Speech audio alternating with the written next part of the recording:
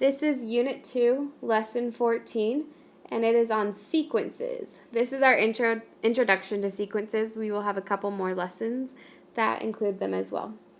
So let's start out with some vocabulary. The first term we're going to look at is sequence. So our first word is sequence, an ordered list of numbers. And the numbers in the list are the output of a function.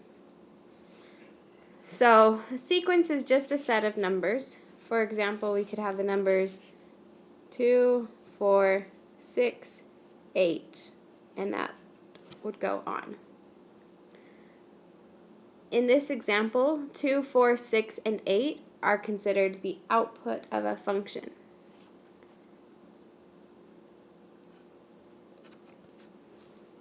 A sequence is discrete, and discrete is our next term. Discrete means that every element is individually separate and distinct. The easiest way to explain that is by doing an example. So, in a sequence, the domain is all natural numbers. And natural numbers are whole numbers not including 0. So 1, 2, 3, 4, 5, going on to infinity. Those are natural numbers.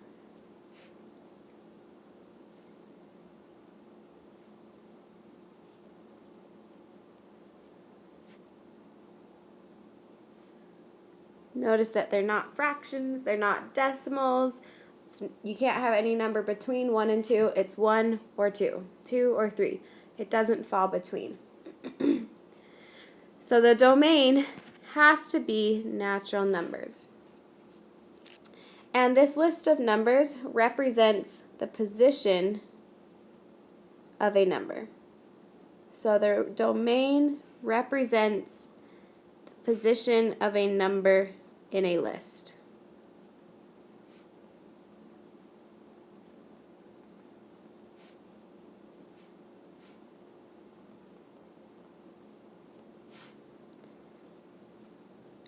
So let's take a look at this first sequence we listed again. We had the numbers 2, 4, 6, and 8.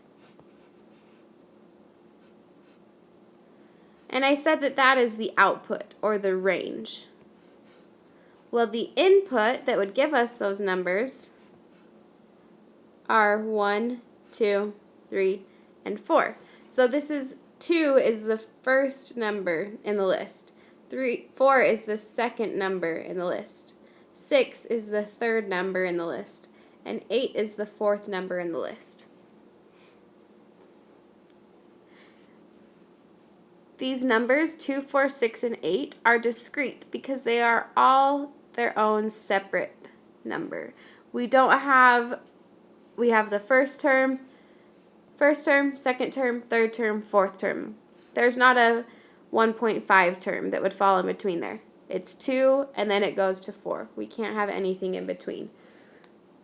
So when we say that it's discrete, that's what we mean.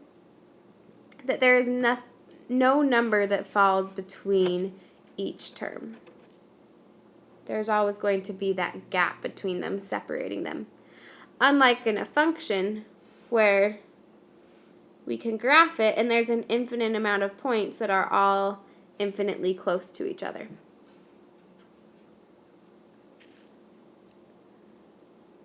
So let's take this idea of a sequence of discrete numbers or a sequence of separate numbers, and let's come up with our own sequence. So we're going to write the first 6 terms of this rule. Right here I have a sub n, and that's what I call my rule. N represents the position, or in other words, it's kind of like the input or the domain. So if I am looking for the first 6 terms, then that means my input is the numbers 1 through 6. 1, 2, 3, 4, 5, 6. So let's go slowly with this first one. Instead of n, I'm going to substitute a 1 because the first number in my input is 1. So right here, this is telling me a sub 1, or the first term, is equal to 2 times 1 plus 3. Well, I know 2 times 1 equals 2, so I'm left with 2 plus 3, and 2 plus 3 is 5. Now I'm going to do that for the second term. So I'm going to input the number 2 this time. A sub 2 equals 2 times 2 plus 3. We know that 2 times 2 is 4. 4 plus 3 is 7. Now I need to do it for the third term. And we're going to keep going through this process until we've done 4, 5, and 6 as well. So go ahead and do a sub 4, a sub 5, and a sub 6.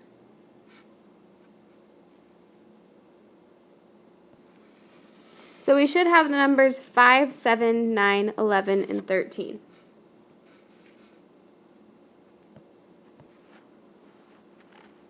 These numbers are my range, or my output.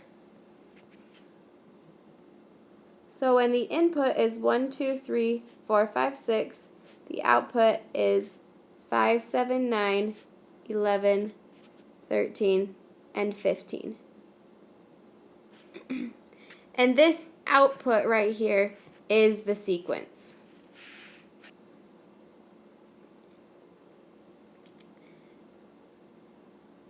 So if you're looking for specific terms in a sequence and you are given a rule, you just plug in the value of each term, or the position of each term. So if I'm looking for the first term, I plug in a 1. If I'm looking for the second term, I plug in a 2. If I were looking for the 10th term, I would plug a 10 into each of those ends. 2 times 10 would give me 20. 20 plus 3 is 23. So the 10th term in this list of numbers would be 23. Let's look at one more example where we are writing rules of a sequence. The sequence that I have is 1, 3, 5, and 7, and I want to come up with a rule. So what does a sub n equal, and how do I come up with the next numbers in this sequence? First, start off by listing the domain. And when I say list the domain, I mean number the terms. So 1 is my first term, so I'm going to number it as a 1. 3 is my second term, so we'll call that 2. And then we have our third term is 5, and the fourth term is 7. Next, we want to identify the pattern. The pattern isn't necessarily always going to be addition or subtraction. It could be multiplication, it could be division, it could be something different. So look at each of these numbers, 1, 3, 5, and 7, and what's the pattern that would keep these numbers going? Well, I noticed from 1 to 3, I would add 2. From 3 to 5, I add 2. From 5 to 7, I add 2. So every time the number 2 is being added. And like I said, sometimes that could be multiplication, sometimes it could be division, sometimes it could be something else. It's not always necessarily addition. Now that I've identified the pattern, I want to write the next term. So if I'm adding 2 every time, if I were to add 2 more to 7, the next term would be 9. The reason I like to write the next term is it helps me just make sure my pattern is working. It also helps me with step 4, which is to create the rule. Right now, this might be kind of a guess and check process for you. So I notice I'm adding 2 every time,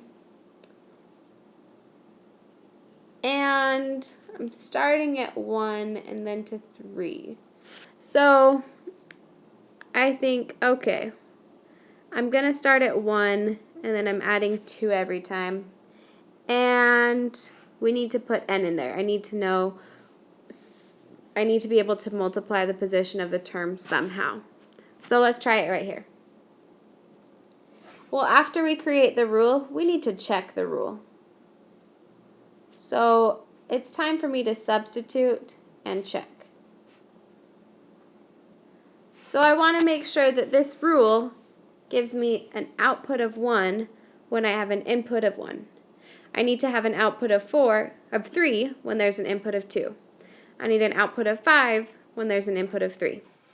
So if I were to input a 1, I would get 1 times 2 plus 1 plus 2 times 1 equals 1 plus 2, which is 3. That does not give me the first term in this sequence. So I'm going to go ahead and cross this one out. So it really is a kind of a guess and check process until you get more comfortable, and these kind of come easier to you. Well, I'm adding 2 every time, so I'm going to go 2n. Let's see if that works. If I substitute 1 in place of n, 2 times 1 will give me 2. If I substitute 2 in place of n, 2 times 2 gives me 4. When I look up here at my list, I notice an input of 1 gave me an output of 2, but an input of 1 is supposed to give me an output of 1. An input of 2 gave me an output of 4, but it was supposed to give me an output of 3. So I'm noticing that my output numbers, 1 and 3, are 1 less than the input numbers, 2 and 4. So I'm going to cross out this rule as well. But I'm going to do something very similar. This time I'm going to do a sub n equals 2n minus 1, because my answer was always 1 too high. So let's check it out. 2 times 1 minus 1 gives me 2 minus 1, which is 1. That matches the first term. A sub 2 equals 2 times 2 minus 1, which is 4 minus 1, and that's 3. It matches my second term. I'm going to check one more term just to make sure I'm right. And for my third term, I get 5. So sequences can be kind of confusing at first, especially when we start creating these rules. Really, a sequence is just a pattern, a set of numbers that has a pattern.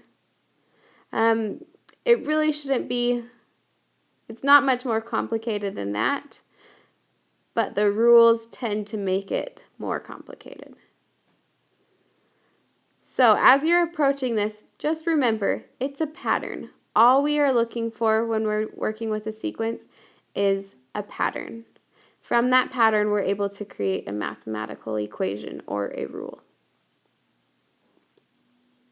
If you have any questions, make sure you write them down. So when we get together in class, you can be sure to ask and try to clarify anything that was confusing in this lesson.